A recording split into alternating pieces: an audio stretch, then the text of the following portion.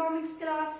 Today we are going to do 7th unit of part B of Introductory Microeconomics, that is forms of market and price determination under perfect competition. Here there was a wide range of syllabus in this unit, but now only perfect competition is being included in it by CBSE, and the other types of competitions or other type of market forms, you can call it, have been deleted from the syllabus. So students, we are just going to cover perfect competition in our syllabus. Okay? Before starting the topic of perfect competition, first let's understand what is the meaning of the topic forms of market. Forms of market means types of market. Now the question arises, what is market? Market is an arrangement. So as you can see on the board, what is market? Market is an arrangement or place where goods are sold and purchased. It is a place where buyers and sellers come in contact with each other for the sale and purchase of the commodity.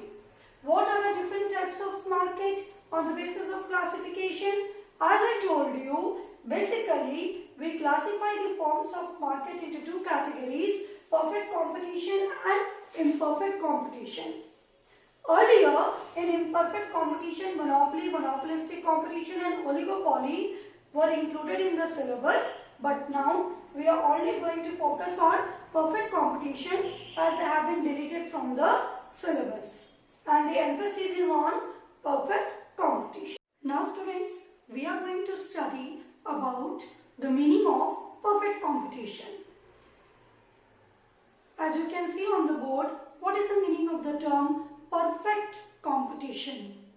It is a form of market.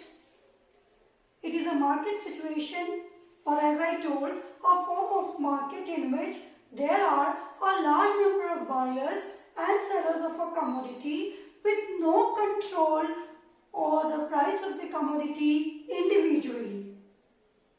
That means there are firms in the market, but the firms do not have any control on the price of the product.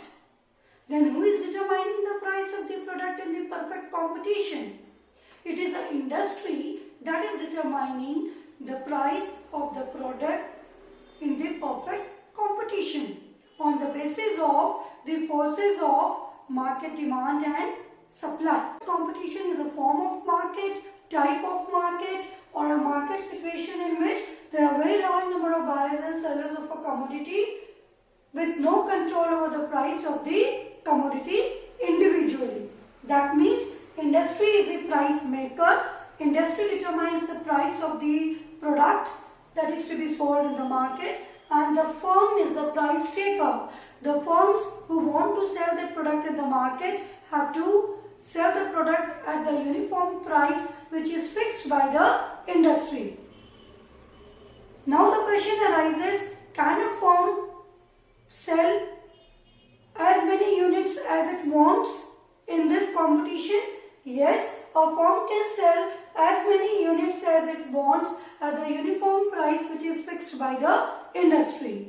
Neither the firm can increase the price nor the firm can decrease the price, because in both the situations it will face problems in the market as the price is being determined by the industry. So industry is price maker and firm is price taker. Now students, as you can see on the board, we are studying about the features of perfect competition. You can see the very first feature written on the board, that is large number of buyers and sellers. Now what is the meaning of the term large number of buyers and sellers? It means there are very large number of buyers in quantity and sellers in the perfect competition in the market. Their number, their quantity is quite large, but it does not mean that a single seller or a single buyer can influence the market or they can control the market. The implication, the real meaning of this feature is that no single buyer or seller can control the price of the product or influence or change the price of the product. Now, what is the reason for this implication?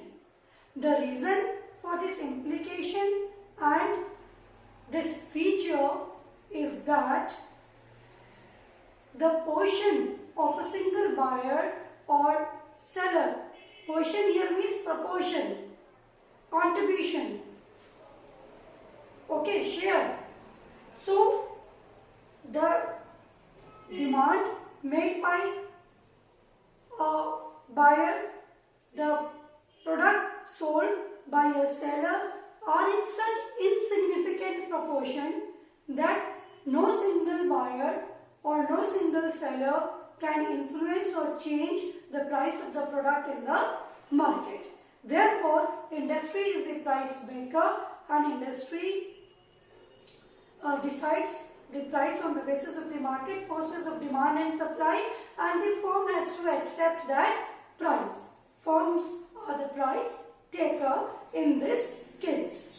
You can see I have written on the board, the demand and supply of an individual buyer and seller are so insignificant in proportion, that is इतना कम quantity वो market में cell या purchase करते हैं कि एक अकेले buyer की या एक अकेले सेलर की डिमांड और सप्लाई, टोटल डिमांड और सप्लाई जो मार्केट की होती है उसमें कोई चेंज नहीं कर सकती, कोई इफेक्ट नहीं कर सकती, उसको असर नहीं डाल सकती। अगर एक बायर और सेलर कह दे कि मैं तो अब नहीं पार्टिसिपेट करूंगा, तो that will not affect the total demand or total supply in the market. We are going to study about the second most important feature of perfect competition, that is homogeneous product. Homogeneous product means the goods which are sold in the perfect competition are perfect substitutes of each other. They are identical of each other. That means their shape, size, color, weight, texture, quality, everything is same. The product of one seller is not different from that of the other seller. The reason the industry has produced the product and the sellers are selling it in the market. The product is absolutely same, which each and every seller is selling in the market. So, if one seller thinks that he might increase the price, then the customer will shift to the other seller, because the customer knows the price which is fixed by the industry and the seller will lose the customer. So, a uniform price is fixed by the industry for the product. The firms sell the product at that uniform price. This is the implication, impact of this feature, that because of their homogeneity, the products are sold at a uniform price as their features, characteristics are perfectly similar to each other. The third feature of perfect competition, that is perfect knowledge about the market. Both the sellers and the buyers have perfect knowledge about the market in case of perfect competition. They are totally aware about what is the price fixed by the industry in the market for the goods which are sold by them. The reason is the per unit cost of producing the good is same for all the sellers in the market, and therefore the industry fixes a uniform price of the product. Similarly, all the customers are totally aware, that is buyers are totally aware about the price fixed by the industry in the market. Therefore, nobody can exploit them by charging a higher price.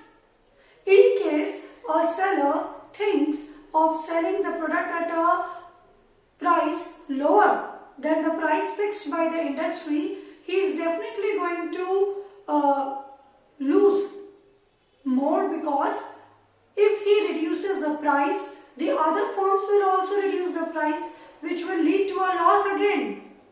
So there is no point in lowering the price. And in case if he increases the price, then nobody is going to purchase from him.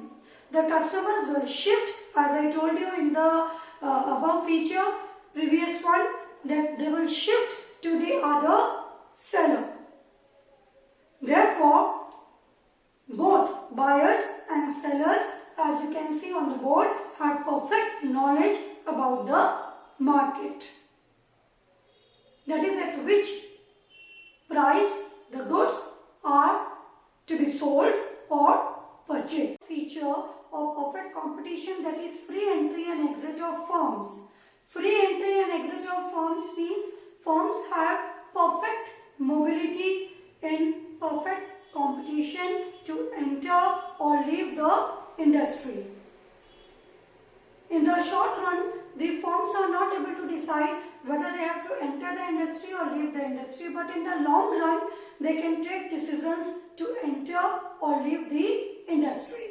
Because it is only in the long run that the firms earn normal profit in case of perfect competition.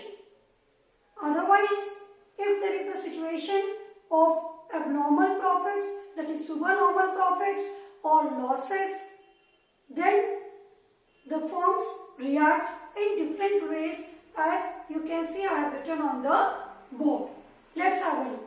In case of abnormal profits, new firms will be motivated, attracted to enter the industry, and because of that, when they will enter, the market supply will increase and the price will fall. This will continue till the supernormal profits are wiped out from the market, because each and every firm would get attracted from this profit and try to enter the industry.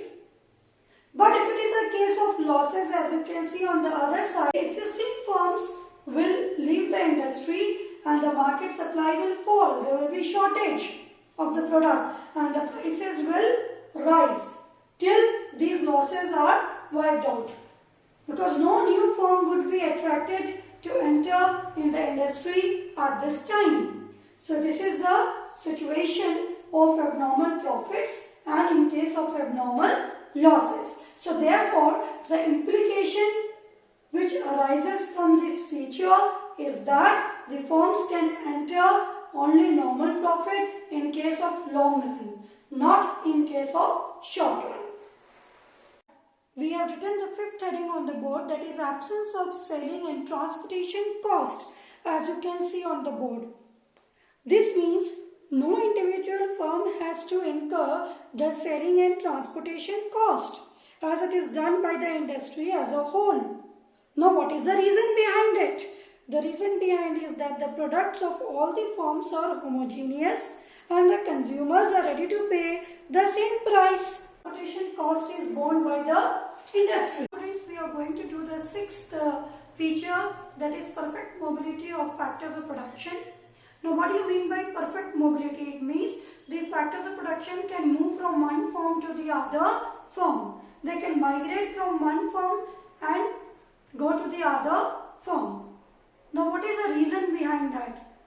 The reason behind that is the overhead, cost of production for all the firms is same because of homogeneous goods. So, as the products are identical, the cost of production is same for all the firms. So, it hardly matters whether the workers or labor is working in one firm or the other firm. It is hardly going to affect the wages of the laborers or the cost of production. So, factors of production are perfectly mobile. They can easily be transferred or moved from one firm to the other firm. It is completely their own choice. This we come towards the end of our topic, that is meaning of perfect competition and the features of perfect competition along with their implications in our chapter today. Before concluding the video, I would like to just remind you once again that features are the characteristics of the perfect competition, but implications means the effect which these characteristics are creating or arising in the working of or existence of perfect competition on the buyers and sellers as well as the market. So we will again meet in a new video which will be based on the next part of this unit. Till then, goodbye and have a nice day.